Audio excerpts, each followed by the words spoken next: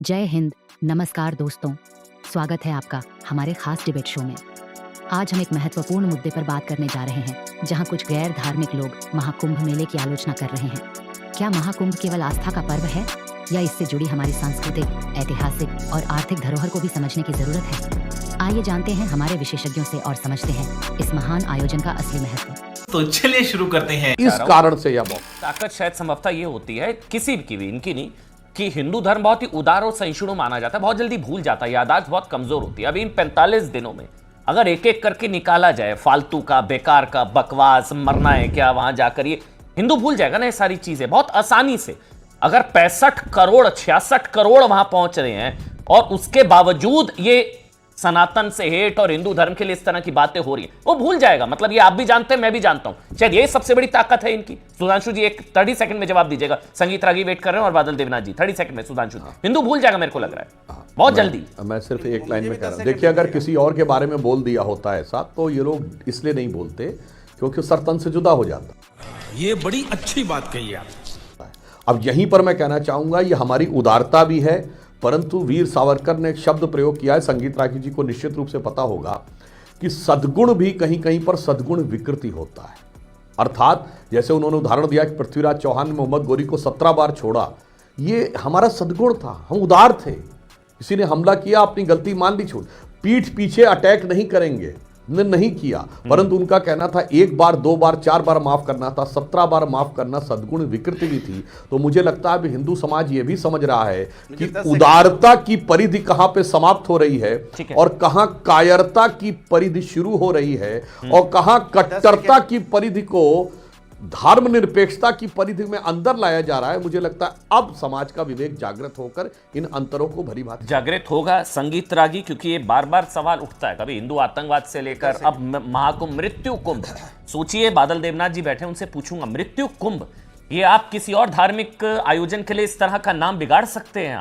आप कह रहे हैं वहां मरना है क्या जाकर, मल्लिकार्जुन खड़गे कह रहे हैं डुबकी से कौन सा जो है तुम्हारा पेट भर जाएगा। डीके शिव कुमार से लेकर सारे नेता चुपके चुपके डुबकी लगाकर आ रहे हैं। तो ये आपको लग रहा है जो सुधांशु त्रिवेदी कह रहे हैं कि अब जाग गया है, जागृति है, अवेकनिंग है, हिंदू भूलेगा नहीं क्या क्या हुआ, या फिर आगे बढ़ जाए, फिर वरना कहां से, वरना 65 करोड़ अगर एक साथ हो तो इस दुनिया मतलब सबसे बड़ी ताकत होगी फिर तो किसी भी पॉलिटिकल पार्टी के लिए। 65 करोड़ किस और। संगीत रागी।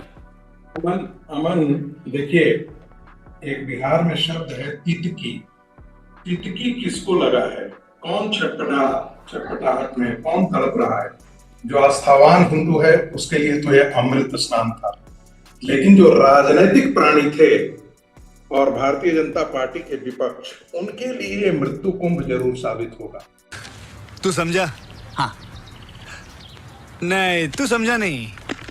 मैं ऐसा इसलिए कह रहा हूं कि उनके लिए मृत्यु कुंभ साबित होगा क्योंकि हर दूसरा हिंदू, यदि बाल वृद्ध को माइनस कर दीजिए थोड़ा देर के लिए, तो हर दूसरा हिंदू अमृत स्नान करके आया है। मान लेते हैं कि उसमें कुछ ऐसे तत्व होंगे जो विघ्न संतोषी समाज से होंगे, तब भी कम से कम मान करके मैं चलता हूं कि 60 से 64 करोड़ हिंदू जो है, और जिसमें आप ध्यान रखेंगे इस कुंभ में मैं गया था और अद्भुत एक दृश्य दिखाई दिया कि जो उत्साह, जो उत्कंठा नवयुवकों में थी, मैंने आज तक कभी भी इस प्रकार का नहीं देखा था। मैं राम मंदिर मूवमेंट का भी साक्षी रहा हूं। जिस प्रकार से राम मंदिर मूवमेंट के समय पूरा हिंदू, एक जो है हिंदू समाज जो था वो सड़कों पर था, वही आज के दिन में पूरा हिंदू समाज आज प्रयाग की तरफ था, संगम की तरफ था।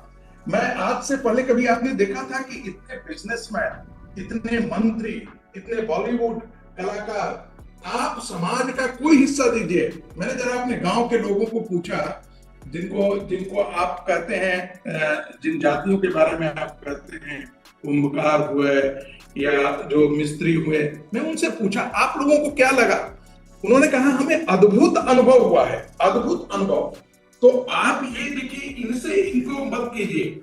समाजवादी पार्टी की पीड़ा साफ समझ सकते हैं। ये इनकी राजनीतिक मृत्यु या ममता बनर्जी की मैं बात हिंदू वोटरों को बहिष्कार, आपने सुना रामदास आठवले को, वो कह रहे हैं कि राहुल गांधी, उद्धव ठाकरे आप कुछ कहना चाह रहे हैं? रागी जी 30 सेकंड, मुझे बादल देवनाथ जी के पास जाना है। बोलिए बोलिए, कुछ कहना चाह रहे हैं आप? औकात मेरे हिंदू वोटर बहिष्कार करे, राहुल जी भी डुबकी लगाने नहीं गए, उद्धव ठाकरे भी डुबकी लगाने नहीं गए महाकुंभ में। सही खेल गया बेंच। उद्धव ठाकरे, मेरे को तो हैरानगी हो रही है वैसे, उद्धव ठाकरे। अमन जी जी, जब न्यू ईयर का सेलिब्रेशन होता है तो राहुल गांधी जी विदेश चले जाते हैं, हम मालूम है तेरे बाप को मत सिखा। रोम चले जाते हैं, कभी इटली चले जाते हैं। इस कुंभ के आयोजन ने एक बात और साफ कर दिया, जो उन पर नकली हिंदू और राजनीतिक हिंदू होने का, जो छद्म हिंदू होने का आरोप था, वह आज के बाद ये स्थापित हो गया।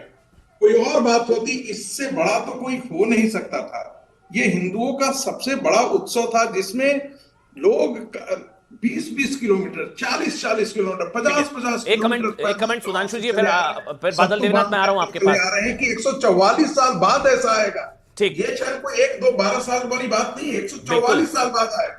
और इसमें हर कोई जाकर के अपने उद्धव ठाकरे नहीं गए डुबकी लगाने महाकुंभ में, मतलब इसको क्या कहा जाए? सुधांशु त्रिवेदी जी, जातीय विभाजन जो है, रामदास आठवले कह रहे हैं हिंदू बहिष्कार करें, राहुल गांधी, उद्धव ठाकरे, राहुल गांधी का चलिए समझ में आता है, उद्धव ठाकरे भी नहीं गए डुबकी लगाने। मारो हमको, हमको जिंदा मत छोड़ो सालो। हम कोई मंदिर का घंटा है कि कोई भी आके बजा जाता है। देखिए संगति का असर पड़ता है। एक मिनट सुधांशु जी, आपको याद सुधांशु जी, हो राहुल गांधी जी की एक प्रेस कॉन्फ्रेंस थी।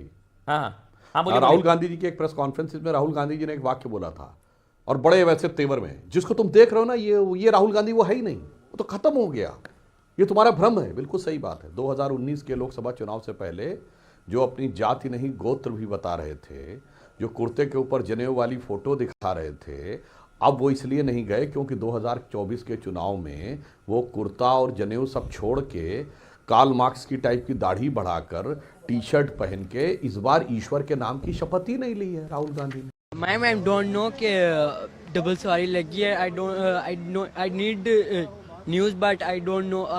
आई see this news but I don't yes आती है, बट मैं बताना इस बार सॉलेमनली अफर्म किया है, 2014 में ईश्वर के नाम की शपथ ली थी। अब जब ईश्वर में आस्था ही नहीं है तो कुंभ में डुबकी लगाने के लिए क्या जाएंगे? तो ये तो बिल्कुल बहुत साफ दिखाई पड़ रहा है। परंतु राहुल गांधी जी और उनका पूरा परिवार 3 पीढ़ियां बाबर की कब्र पर जाके सिजदा कर चुके हैं। 1959 में जवाहरलाल नेहरू, 1968 में इंदिरा गांधी जी और 2005 में मनमोहन सिंह के साथ राहुल गांधी जी। वहां जाने का वक्त है, मगर कुंभ में आने का वक्त नहीं। मुझे लगता है ये अंतर देश की जनता भली भांति समझती। ऐसे ही और मजेदार राजनीतिक डिबेट देखने के लिए अभी जी पॉलिटिक्स चैनल निशुल्क सब्सक्राइब करें और खुश रहें। जय सिया राम।